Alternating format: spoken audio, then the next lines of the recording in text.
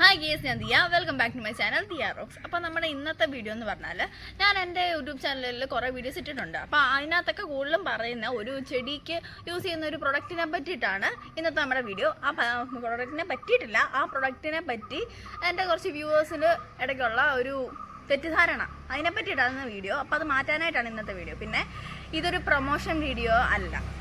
എൻ്റെ ചെടികൾക്ക് യൂസ് ചെയ്തിട്ട് നല്ലൊരു റിസൾട്ട് തന്നുകൊണ്ടാണ് ആ പ്രൊഡക്റ്റിനെ ഞാൻ നിങ്ങൾക്ക് ഇൻട്രൊഡ്യൂസ് ചെയ്തത്.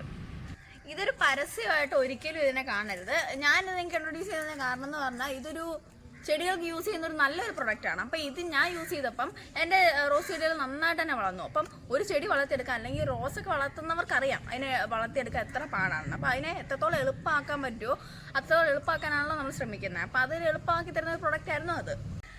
അപ്പോൾ ആളുകളുടെ ആദ്യത്തെ ഡൗട്ട് എന്ന് പറഞ്ഞാൽ ഈ എക്സോറസ് ഒരു ഫെർട്ടിലൈസർ ആണോ അല്ലയോ എന്നതാണ്. പിന്നെ വേറൊരു ഡൗട്ട് എന്ന് പറഞ്ഞാൽ ഈ എക്സോറസ് യൂസ് ചെയ്ത് കഴിഞ്ഞാൽ മറ്റ് ഫെർട്ടിലൈസർ അതുപോലെ അതിൻ്റെ കൂടെ യൂസ് ചെയ്യണോ എന്നതാണ് മറ്റൊരു ഡൗട്ട്.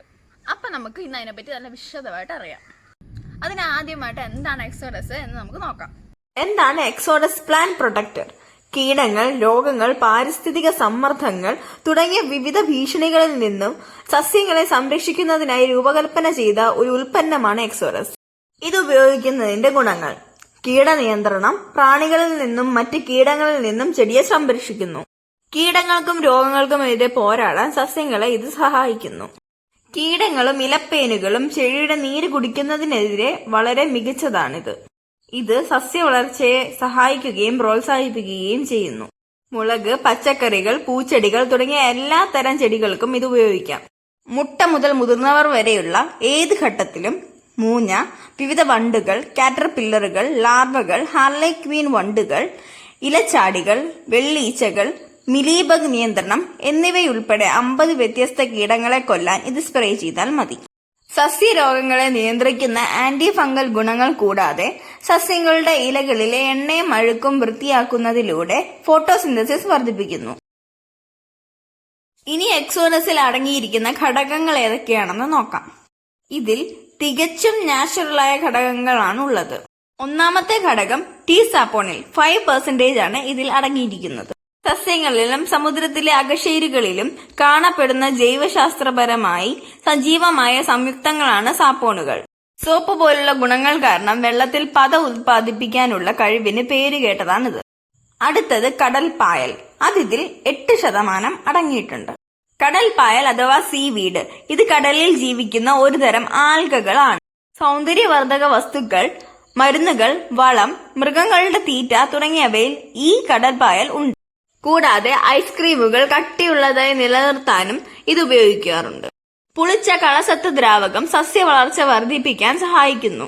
ബാക്കി 87% ജലമാണ് ഇതിനകത്തുള്ളത്.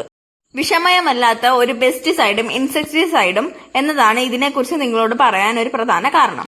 ഞാനിത് ഉപയോഗിക്കുന്നതിന് മുമ്പേ കെമിക്കൽ പെസ്റ്റിസൈഡ്സ് ആണ് ചെടികൾക്ക് ഉപയോഗിച്ചുകൊണ്ടിരുന്നത്. പക്ഷെ അതെനിക്ക് ചെടികൾക്ക് കൊടുക്കാനായിട്ട് മാനസികമായി വളരെ ബുദ്ധിമുട്ടുണ്ടായിരുന്നു.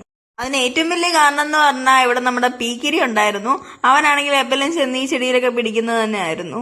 എക്സോഡസ് ഞാൻ മാസത്തിൽ 2 തവണ അടിച്ചു കൊടുക്കാറുണ്ട്. ഇതിലെ ഘടകങ്ങളിൽ ചെടികൾക്ക് ആവശ്യമായ കുറച്ച് മൈക്രോ ന്യൂട്രിയൻസ് അടങ്ങിയിട്ടുണ്ട്. എന്നിരുന്നാലും ഇത് ഫെർട്ടിലൈസറിന് ഒരു പകരക്കാരനല്ല.